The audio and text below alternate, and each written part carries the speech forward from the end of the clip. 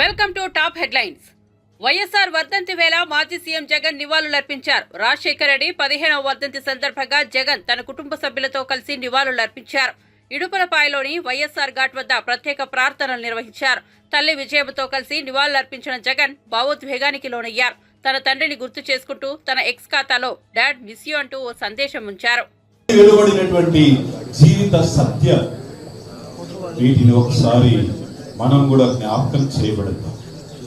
దేవుని యందు ప్రియమైన వారులారా, ఈ నీతిమంతులు నిత్యము జ్ఞాపకంలో ఉంటారు.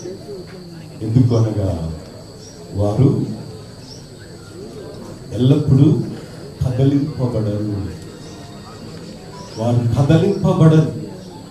వారు స్థిరత్వం కలిగిన వారే ఉంటారు. అనగా యెరూషలేము చుట్టూ పర్వతములు ఉన్నట్లు ఇదిగో ఇది మొదలుకొని ఆయన ప్రజల చుట్టూ ఆయన ఉంటాడు.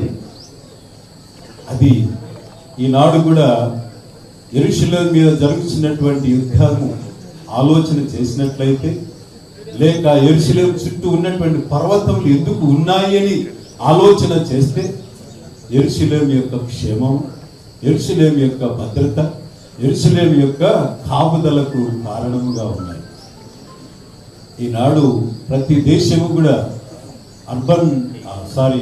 అరబ్ దేశాలన్నీ కూడా ఇజ్రాయిల్ మీద యుద్ధాన్ని ప్రకటించినా కూడా ఏ ఒక్క దేశం కూడా నెగ్గినట్టు విజయం సాధించినట్టు చరిత్రలో లేదు. కారణం ఏమిటంటే ఆ యెరూషలేముకు యెహోవా తోడుగా ఉన్నాడు. ఆయన అగ్ని అయి ఉన్నాడు. తమ తండ్రి వైఎస్ఆర్ కు నివాళులర్పించేందుకు ముందుగానే షర్మిల పులివెందుల చేరుకున్నారు. జగన్ 3 రోజులుగా పులివెందుల్లోనే ఉన్నారు. ఉదయం జగన్ ముందుగా వైఎస్ఆర్ ఘాట్ వద్ద నివాళులర్పించారు. ఆ తర్వాత విజయవాడకు బయలుదేరారు. షర్మిల సైతం తన తండ్రికి నివాళులర్పించి ప్రత్యేక ప్రార్థనల్లో పాల్గొన్నారు. ఇద్దరు వేరువేరుగానే నివాళులర్పించారు. వైఎస్ఆర్ కు కాంగ్రెస్, వైసీపీ నేతలు నివాళులర్పించి ఆయన సేవలను గుర్తు చేసుకున్నారు. మళ్ళీ అలాంటి పాలకుడు ఎందుకు లేరు? ఎందుకు లేదు? మన రాష్ట్రం ఏర్పడి 10 సంవత్సరాలే. 10 సంవత్సరాలు సామాన్యమైన కాలం కాదు. Considerable time. ఎంతో జరిగింది. ఎందుకంటే రాజశేఖర రెడ్డి గారు 5 సంవత్సరాలలోనే ఎంతో జరిగింది. ఎంతో అభివృద్ధి, ఎంతో సంక్షేమం చేశారు. కానీ 10 సంవత్సరాలు మన రాష్ట్రం ఎక్కడ మొదలైందో ఇప్పటికీ కూడా అక్కడే ఉంది. ఎక్కడ వేసిన గొంగలి అక్కడే ఉంది. అభివృద్ధి జరగలేదు. ప్రత్యేక హోదా రాలేదు. కనీసం ఈ జిల్లాలో మాట్లాడుతున్నాం కాబట్టి కనీసం ఈ జిల్లా కడప స్టీల్ ఫ్యాక్టరీ రాజశేఖర రెడ్డి గారి కళ అది కూడా నెరవేరదు. రాజశేఖర రెడ్డి గారి వదిలి వెళ్ళిపోయిన జలయజ్ఞంలో మిగిలిపోయిన ప్రాజెక్టులు అటు చంద్రబాబు గారు కానీ జగన్మోహన్ రెడ్డి గారు కానీ కడప నుంచి ముఖ్యమంత్రి అయ్యి ఉండి కూడా జగన్మోహన్ రెడ్డి గారు కడప స్టీల్ ఫ్యాక్టరీని 5 సంవత్సరాలలో సాకారం చేయలేకపోయారు. ఏ బీజేపీ పార్టీని అయితే రాజశేఖర రెడ్డి గారు వ్యతిరేకించారు, అదే బీజేపీ పార్టీ గులాంగిరి చేస్తారు. మరి ఇదే నా రాజశేఖర రెడ్డి గారి ఆశయాలను నిలబెట్టడం.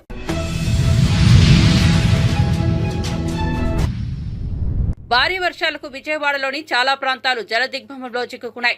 ఈ నేపథ్యంలో సహాయక చర్యలను ఏపీ సీఎం చంద్రబాబు దగ్గరుండి పర్యవేక్షిస్తున్నారు. స్వయంగా ముంపు ప్రాంతాలలో పర్యటిస్తూ బాధితులకు భరోసా ఇస్తున్నారు. జక్కంపూడి సితారా సెంటర్లో జేసీబీ ఎక్కి చంద్రబాబు వరద ప్రభావిత ప్రాంతాలను పరిశీలించారు.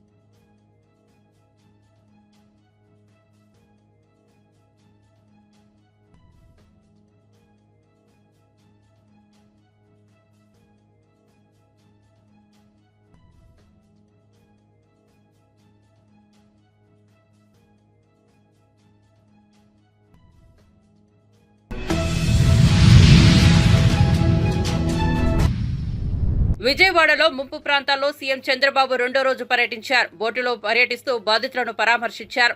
హెలికాప్టర్ల ద్వారా వరద బాధితులకు ఆహారం, నీళ్లు, పాలు అందజేయాలని సీఎం చంద్రబాబు ఆదేశించారు. రాష్ట్రంలో వరద పరిస్థితులపై మరోసారి ఆయన ఉన్నతాధికారులతో సమీక్షించారు. ఎవరూ ఆందోళన చెందాల్సిన అవసరం లేదని, అందరికీ సాయం అందుతుందని చంద్రబాబు తెలిపారు. ఇవ్వాల్సిన ఫుడ్ పాకెట్స్ కానీ అవన్నీ వెళ్తున్నాయి. ఇంకా ముమ్మరం చేస్తున్నాం. ట్రాఫిక్ కూడా కంజెషన్ ఉంది, అన్ని రెగ్యులేట్ చేస్తున్నాం. చివరి ప్రాంతానికి కూడా వెళ్లాల్సిన అవసరం ఉంది. కొంతమంది పేషెంట్ కూడా ఉన్నారు, పిల్లలు ఉన్నారు, కొంతమంది ముసలోళ్ళు ఉన్నారు, వాళ్ళు కూడా తీసుకురావాలి. ఎవరు కూడా ప్యానిక్ రియాక్షన్ అవసరం లేదు. అందరూ ఓపిక పట్టండి.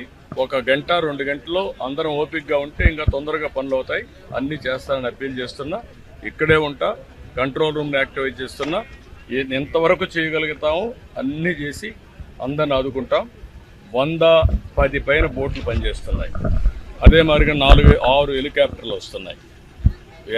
ఒక హెలికాప్టర్లో ఫుడ్ పెట్టడం కానీ, లేకుంటే బోట్లో తీసుకుపోవడం కానీ, పేషెంట్లు తీసుకురావడం కానీ ఇవన్నీ జరుగుతున్నాయి. వర్షం కూడా పడతా ఉంది, అయినా కూడా ఎక్కడ ఆపరేషన్స్ ఆపం, అన్ని విధాలు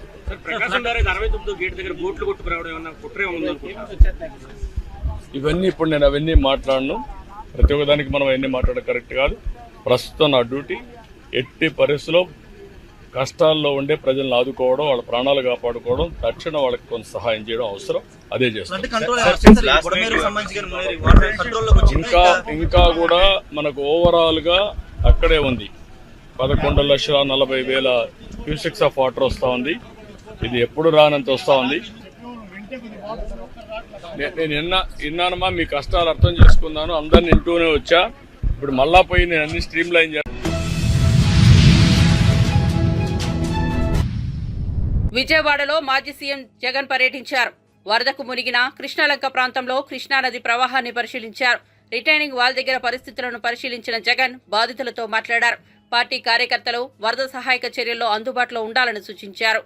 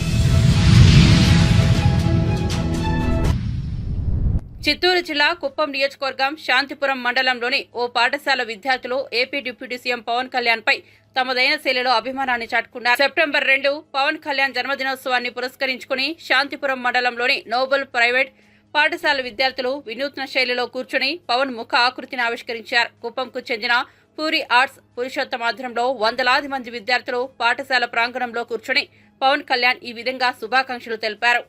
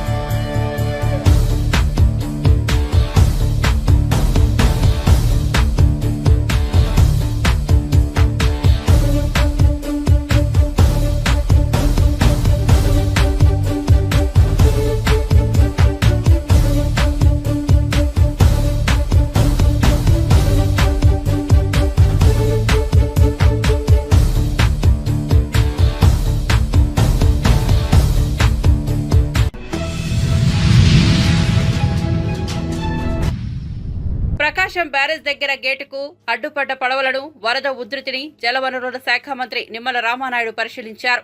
బోటు అడ్డుపడటంతో దెబ్బతిన్న 69వ గేట్ కౌంటర్ వెయిట్ సరిచేసే పనులపై ఇరిగేషన్ అధికారులతో సమీక్ష చేశారు. ముఖ్యమంత్రి చంద్రబాబు ఆదేశాలతో గేటు మరమ్మతు పనులను యుద్ధ ప్రాతిపదికన చేపట్టేందుకు గేట్ల నిపుణులు కన్నయ్య నాయుడును పిలిపించేందుకు నిర్ణయం తీసుకున్నారు. ఫస్ట్ టైము 11,50,000 11,80,000 క్యూసికల్ నీరుని ఈ యొక్క ప్రకాశం బ్యారేజ్ని టచ్ చేయడం ఫస్ట్ టైం.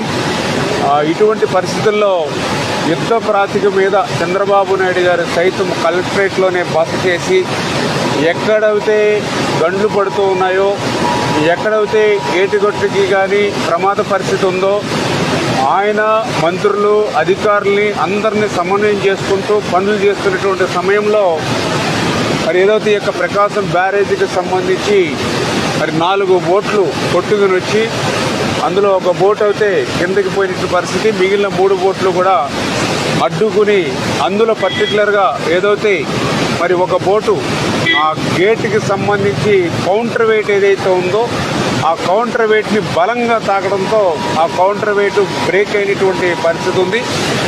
వెంటనే ఇరిగేషన్ అధికారులు కూడా అప్రమత్తమై ఇమ్మీడియట్లీ ప్రకాశం బ్యారేజీకి అయితే ప్రమాదకరమైనటువంటి పరిస్థితి ఏమీ లేదు. కాకపోతే రేపు మళ్ళీ ఆ ఫ్లడ్ తగ్గిపోయిన తర్వాత ఆ గేట్ని క్లోజ్ చేసుకునేటప్పుడు, అదేవిధంగా మళ్ళీ రేపు ఫ్యూచర్లో ఏదైనా ఫ్లడ్ వస్తే గేట్ను మళ్ళీ పైకి లిఫ్ట్ చేసేటప్పుడు ఆ కౌంటర్ వెయిట్ అవసరం ఉంటుంది అనేటువంటి ఆలోచనతో ఆ కౌంటర్ వెయిట్ పనులు ప్రారంభించాలనేటువంటి ప్రాథమిక నిర్ణయానికి ఇరిగేషన్ అధికారులు వస్తే చంద్రబాబు నాయుడు గారి యొక్క విజయవాడలో భారీ వర్షాలకు ప్రభావిత ప్రాంతమైన అజిత్ సింగ్ నగర్లో సహాయక చర్యల్లో పాల్గొన్న మంత్రులు ఆనం, అనిత, అచ్చెన్నాయుడు వర్షాలకు జలమయమైన అజిత్ సింగ్ నగర్ లో పర్యటించి ప్రజలను పరామర్శించి ఆహార పొట్లాలను పంపిణీ చేశారు. బాధితులందరినీ ప్రభుత్వం తరపున సీఎం చంద్రబాబు నాయుడు తప్పకుండా ఆదుకుంటారని, ఎవరూ అధైర్యపడవద్దని బాధితులకు భరోసా ఇచ్చారు మంత్రులు.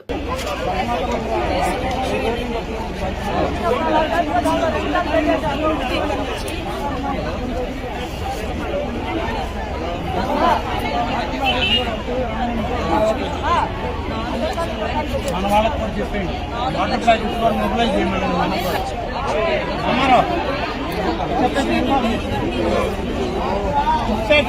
వాటర్ ప్యాకెట్స్ కూడా రావాలంటే మన ప్రతి కంటైనర్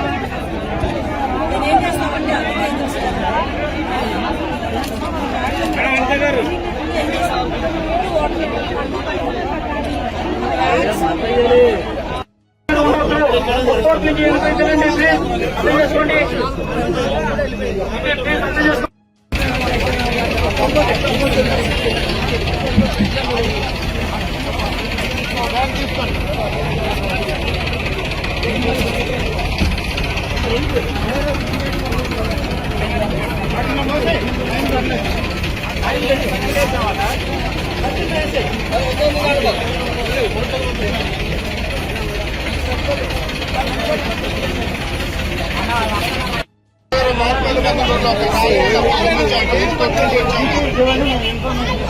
బోట్లు బాగా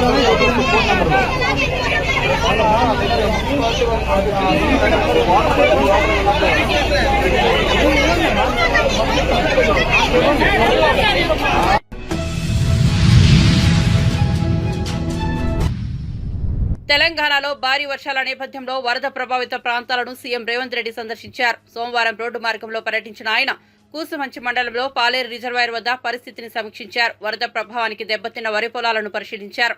ఆయన వెంట డిప్యూటీ సీఎం బట్టి విక్రమార్క, మంత్రులు ఉత్తమ్ కుమార్ రెడ్డి, కోమటిరెడ్డి వెంకటరెడ్డి, పొంగులేటి శ్రీనివాసరెడ్డి తదితరులు ఉన్నారు.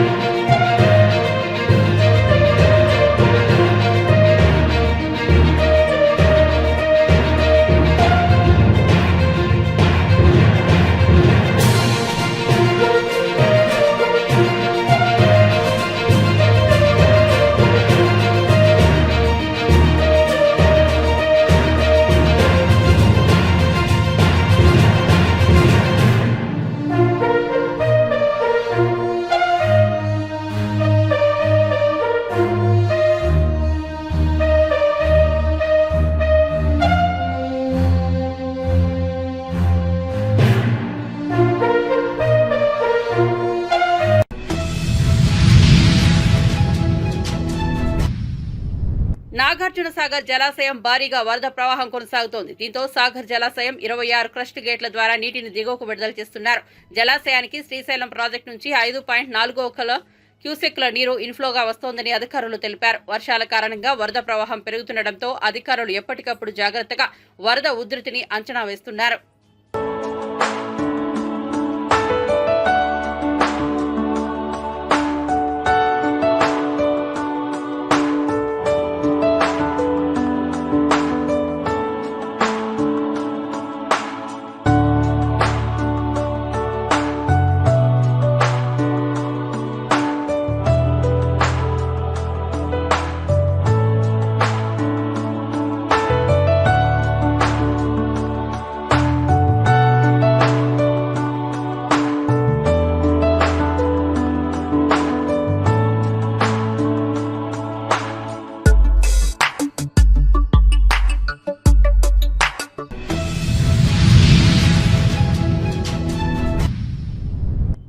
సూర్యాపేట జిల్లా కోదాడ బైపాస్ వద్ద భారీగా సరుకు లారీలు నిలిచిపోయాయి. విజయవాడ హైదరాబాద్ జాతీయ రహదారిపై 3 కిలోమీటర్ల మేర ఆగిపోయాయి. ఏపీలోని ఎన్టీఆర్ జిల్లా జగ్గయ్యపేట మండలం గరికవాడు వద్ద జాతీయ రహదారి కొట్టుకుపోవడంతో ఈ పరిస్థితి నెలకొంది. మరో మార్గం లేక ఆ వాహనాల డ్రైవర్లంతా పడిగాపులు కాస్తున్నారు. వారంతా రహదారిపైనే భోజనం చేస్తున్నారు. కోదాడకు చేరుకున్న వాహనాలను పోలీసులు మిర్యాలగూడ వైపునకు మళ్లించేందుకు ప్రయత్నిస్తున్నారు. వాహనదారులు కోదాడ వైపు రావద్దని పోలీసులు సూచించారు.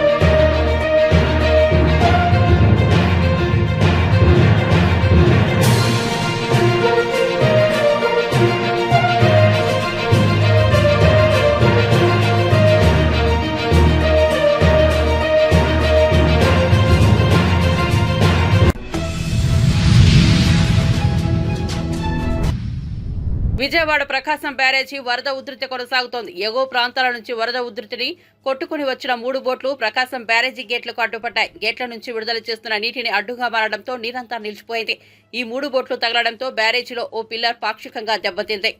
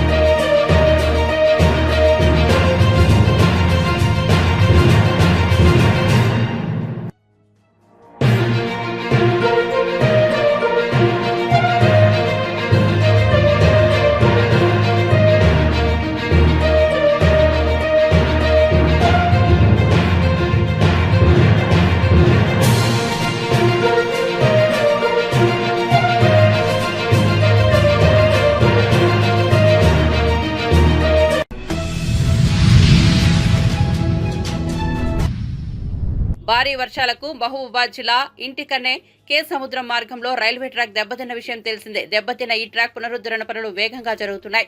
దక్షిణ మధ్య railway general manager Arun Kumar Jain track మరమ్మత్తు పనులను పరిశీలించి పలు సూచనలు చేశారు. మరమ్మత్తు పనులు వేగంగా చేయాలని అధికారులను ఆదేశించారు.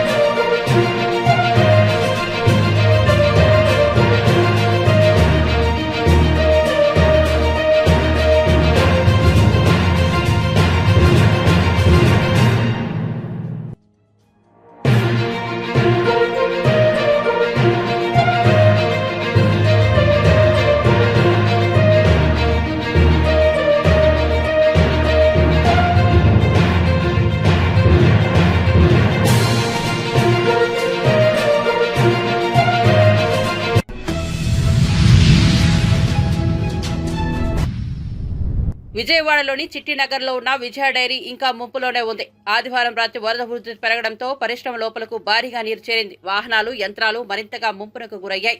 దీంతో లోపల ఉన్న పాలు, పెరుగు, ఇతర ఉత్పత్తులు పాడైపోయాయి. సుమారు 70 కోట్ల మేర నష్టం వాటిల్లినట్టు విజయ డైరీ చైర్మన్ చలసాని ఆంజనేయులు తెలిపారు. మరో 2 రోజుల వరకు పరిశ్రమ లోపల అడుగు పెట్టలేని పరిస్థితి నెలకొందన్నారు. ప్రత్యామ్నాయంగా వీరవల్లి కొత్త యూనిట్లో పూర్తిస్థాయి కార్యకలాపాలు నిర్వహిస్తూ పాడి రైతులు, వినియోగదారులకు ఇబ్బందులు తలెత్తకుండా చర్యలు చేపట్టినట్లు తెలిపారు.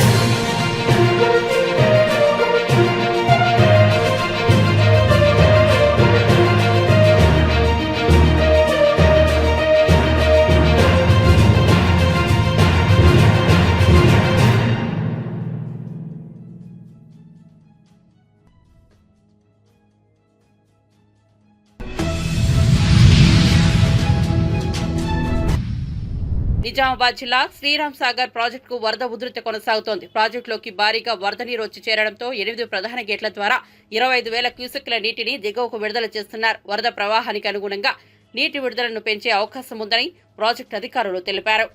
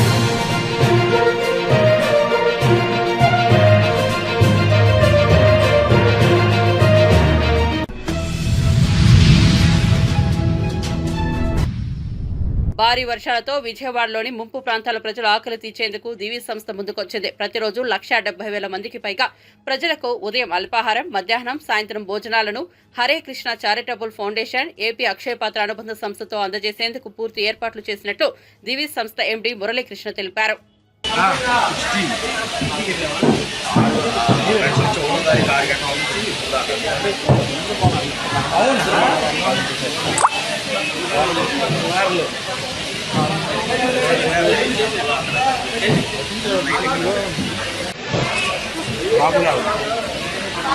ప్రవీణ్ కూడా కుక్ చేస్తున్నాడు.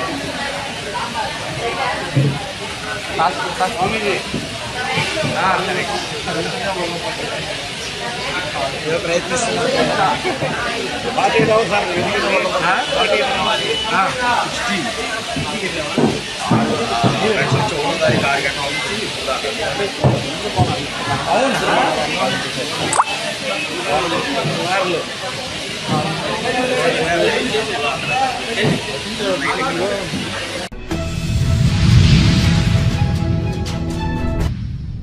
భారీ వర్షాలతో తెలుగు రాష్ట్రాలు అతలాకుతలమవుతున్నాయి. ఈ క్రమంలోనే వాతావరణ శాఖ మరో అలర్ట్ జారీ చేసింది. త్వరలోనే బంగాళాఖాతంలో మరో అల్పపీడనం ఏర్పడే అవకాశం ఉందని, దీంతో భారీ వర్షాలు కురిసే అవకాశం ఉందని పేర్కొంది.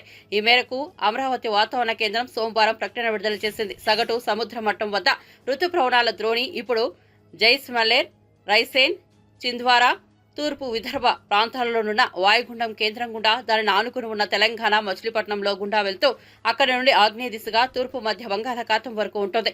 దీంతో షియర్ జోన్ లేదా గాలుల కోత ఇప్పుడు ఉత్తర భారతదేశ ద్వీపకల్పనలో సగటు సముద్ర మట్టానికి 315.8 కిలోమీటర్ల ఎత్తు మధ్య సుమారుగా 20 డిగ్రీల ఉత్తర ఆకాంక్షం వెంబడి విస్తరించి ఉంది. అంతేకాకుండా పశ్చిమ మధ్య దానిని ఆనుకుని ఉన్న వాయు బంగాళాఖాతంలో వేరొక అల్పపీడనం సెప్టెంబర్ 5, 2024 నాటికి ఏర్పడే అవకాశం ఉంది. దీని ప్రభావంతో కొన్ని ప్రాంతాల్లో మోస్తరు నుంచి భారీ వర్షాలు కురిసే అవకాశం ఉందని వాతావరణ శాఖ పేర్కొంది.